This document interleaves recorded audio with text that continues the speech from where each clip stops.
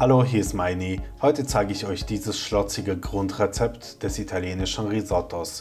Beginnen wir mit dem erhitzten Olivenöl, indem wir die Schalotten oder die Zwiebeln reingeben und 2 Minuten glasig anschwitzen. Klein geschnittene Knoblauchzehe kommen jetzt rein und werden ebenfalls glasig angeschwitzt.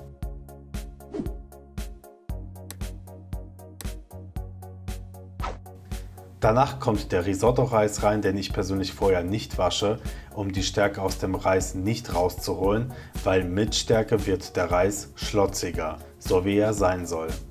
Den Risotto-Reis schwenken wir ebenfalls im Olivenöl 2 bis 3 Minuten lang glasig. Welche Reissorten ihr für euer Risotto verwenden könnt, schreibe ich euch unten in die Videobeschreibung rein.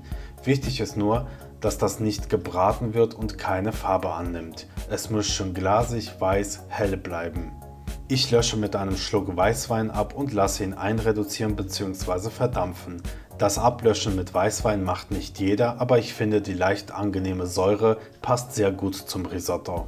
Ich habe ein Lorbeerblatt reingegeben, ihr könnt natürlich auch andere Kräuter und Gewürze reingeben. Pfefferkörner wären möglich, je nachdem was man am Ende rauskommen soll oder zu welchem Gericht das Risotto als Beilage oder als Hauptkomponente serviert werden soll, könnte man zum Beispiel mit Thymian und so weiter in bestimmte geschmackliche Richtungen gehen. Meine Brühe, die ich gleich verwenden werde, ist kräftig gewürzt, daher bleibe ich nur beim Lorbeerblatt. Wichtig ist, dass ihr die Brühe nach und nach reingebt und das einkochen lässt. Zwischendurch gerne umrühren und wenn die Brühe verdampft oder vom Risotto aufgenommen wurde, einfach weiter heiße Brühe reingeben. Die Brühe muss deswegen heiß sein, damit die Temperaturunterschiede nicht gestört werden und der Reis weiterhin die Brühe aufnehmen kann.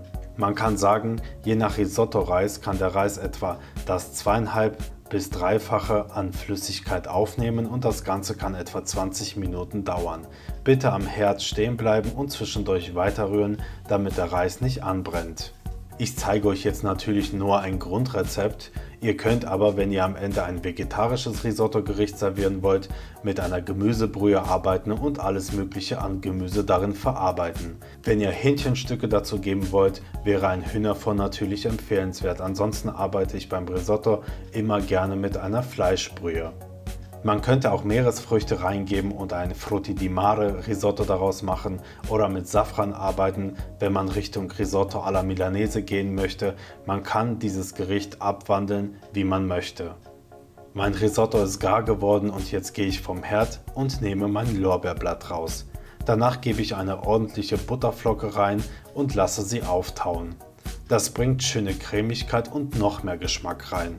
Meinen 24 Monate alten Parmigiano Reggiano habe ich natürlich vorher gerieben und gebe ihn jetzt da rein und rühre das Ganze kräftig um. Meiner Meinung nach kann man nicht zu viel Parmesan reingeben, das passt so gut zum Risotto und macht ihn schön schlotzig. Apropos schlotzig, man sagt, wenn man mit einem Löffel durch den Risotto geht und er sich langsam wieder zusammenzieht, ist er perfekt, was die Schlotzigkeit betrifft. Ansonsten könnt ihr ihn final abschmecken, zum Beispiel mit weißem Pfeffer und ich serviere ihn heute nur mit Frühlingslauch. Abonniere meinen Kanal, wenn du noch mehr Rezepte aus der Kochausbildung haben möchtest und mach gern die Glocke an. Bis zum nächsten Video. Da schmeckt man natürlich Parmigiano Reggiano raus.